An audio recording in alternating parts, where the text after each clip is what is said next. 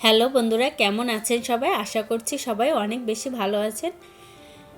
আজকের রেসিপি বেশি স্বাদের মুরগির মাংসের রেসিপি। সাধারণত আমরা সকলে কম বেশি মুরগির মাংস রান্না করে থাকি। যারা মাংসটা রান্না করলে মাংসের স্বাদটা ঠিকঠাক আসে না, কিংবা আপনারা যারা নতুন রাঁধুনি আছেন তাদের অনেক বেশি কাজে লাগবে।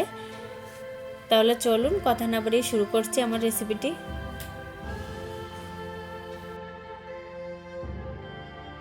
আমি আজকে মুরগির মাংস রান্না করার জন্য 1 কেজি পরিমাণ ব্রয়লার মুরগি নিয়ে নিয়েছি। মুরগিটা আমি কেটে ধুয়ে ভালো করে পরিষ্কার করে নিয়েছি। আর আমি 2টি লেগ পিস করে রেখেছি। আমার ছেলে লেগ পিসটা খুব বেশি পছন্দ করে। এখন আমি প্রথমে মাংসটা ভালো করে মাখিয়ে নেব। 1 চামচ লবণ আর 1 চামচ হলুদ দিয়ে দিলাম প্রথমে। আর এখন দিয়ে দেব আমি জিরে বাটা। এখন দিয়ে দেব শুকনো মরিচ বাটা।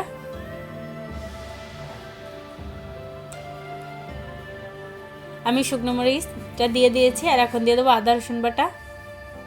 আমি সবগুলো মশলা দিয়ে হাত দিয়ে ভালো করে মেখে নেব। মাংস মাখানোটা ভালো হলে তাহলে রান্নার স্বাদটাও বেড়ে যায়। আমি এখন 2-3টে আলু কেটে রেখেছিলাম, সেগুলো দিয়ে দেবো। আমি যদি প্রথমে আলুগুলো দিতাম তাহলে মাংসটা মাখাতে অসুবিধা হতো, এজন্য আমি এই পর্যায়ে এসে দিয়ে দিয়েছি। এখন আমি 10-15 মিনিটের জন্য রেখে দেবো। আর এই ফাঁকে আমি অন্য কাজগুলো ছেড়ে নেব। আর আমার রেসিপিটি করতে লাগবে 3-4টে আমি পেঁয়াজ কুচি করে নিয়েছি, আর নিয়েছি টমেটোর পেস্ট, আর ফোড়নের জন্য তেজপাতা, লবঙ্গ, এলাচ আর গোটা জিরা, এগুলো আমি একসঙ্গে নিয়ে নিয়েছি। এগুলো নিয়ে আমি রান্নার কাজে চলে যাব। আমি চুলার উপরে একটি কড়াই বসিয়ে দিয়ে কড়াইটা গরম করে নিয়েছি। এখন দিয়ে দেবো সরিষার তেল। সরিষার তেলে মাংসটা রান্না করলে স্বাদটা বেশি আসে। এখন আমি পেঁয়াজ কুচিগুলো এই তেলের মধ্যে ভেজে নেব। এখন আমি ভালো করে নেড়েচেড়ে ভেজে নেব। বন্ধুরা, আমি সরিষার তেলে যেহেতু পেঁয়াজটা ভাজছি তাই একটু ফেনা ফেনা হচ্ছে, এতে ভয় পাবার কোনো কারণ নেই, আস্তে আস্তে ফেনাটা কেটে যাবে। এখন আমি সেই মাখিয়ে রাখা মাংসটা দিয়ে দেবো।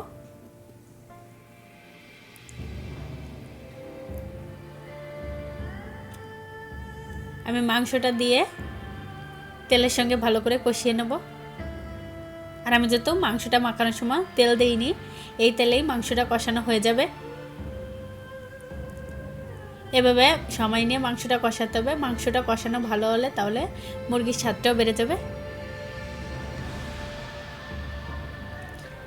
এভাবে আমি কষাতে থাকবো। এখন আমি সামান্য একটু জল দিয়ে দেবো। জলটা দিলে তাহলে মশলাটা সুন্দর মতো কষানো হবে। আবার খুব বেশি দেওয়া যাবে না, হালকা করে দিতে হবে।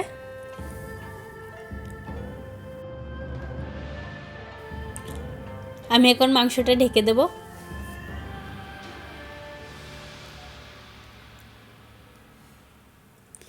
এখন আমি ঢাকনাটা খুলে নেব। আমি 10-12 মিনিটের মতো ঢাকনা দিয়ে মাংসটা কষিয়ে নিয়েছি। মাঝে 2-3 বার আমি নেড়ে দিয়েছি। দেখুন বন্ধুরা, মাংস থেকে তেল ছেড়ে দিয়েছে। আর এভাবে মাংসটা সুন্দর মতো কষিয়ে নিতে হবে। দেখুন বন্ধুরা, মাংসটার কালারটা কতটা সুন্দর এসেছে, দেখেই জিভে জল চলে আসছে।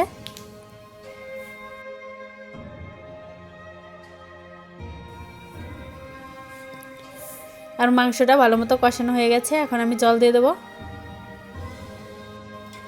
জলটা দিয়ে মাংসটা ভালো করে নেড়ে চেড়ে দেবো। আমি মাংসটা ভালো করে নেড়ে নিয়েছি। এখন অপেক্ষা করব জাল ওঠা পর্যন্ত। আমার ঝোলে জাল উঠে গেছে। এখন আমি ঢাকনা দিয়ে ঢেকে রাখবো, যাতে করে মাংসটা খুব সুন্দর মতো সিদ্ধ হয়ে যায়।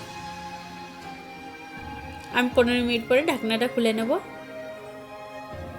বন্ধুরা, আমি মিডিয়াম আছে এভাবে ভালো করে জাল করে নিয়েছি। দেখুন বন্ধুরা, আমার ঝোলটাও সুন্দর মতো ফুটে গেছে।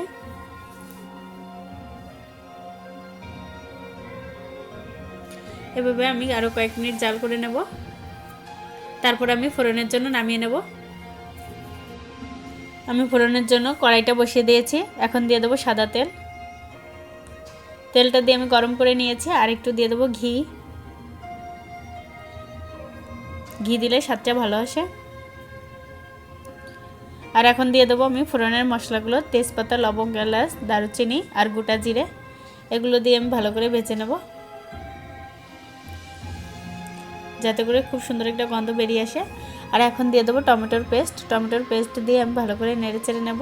টমেটোর পেস্ট দেওয়ার কারণে একটু টক টক ফ্লেভার আসবে। আর এখন দিয়ে দেবো আমি সেই চিকেন কারিটা।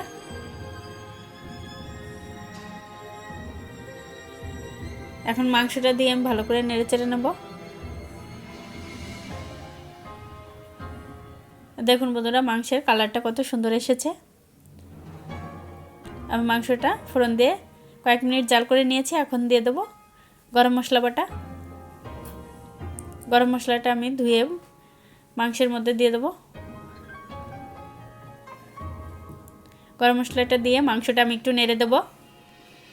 আমার মাংসটা হয়ে গেছে, এখন আমি একটি পাত্রে নামিয়ে নেব।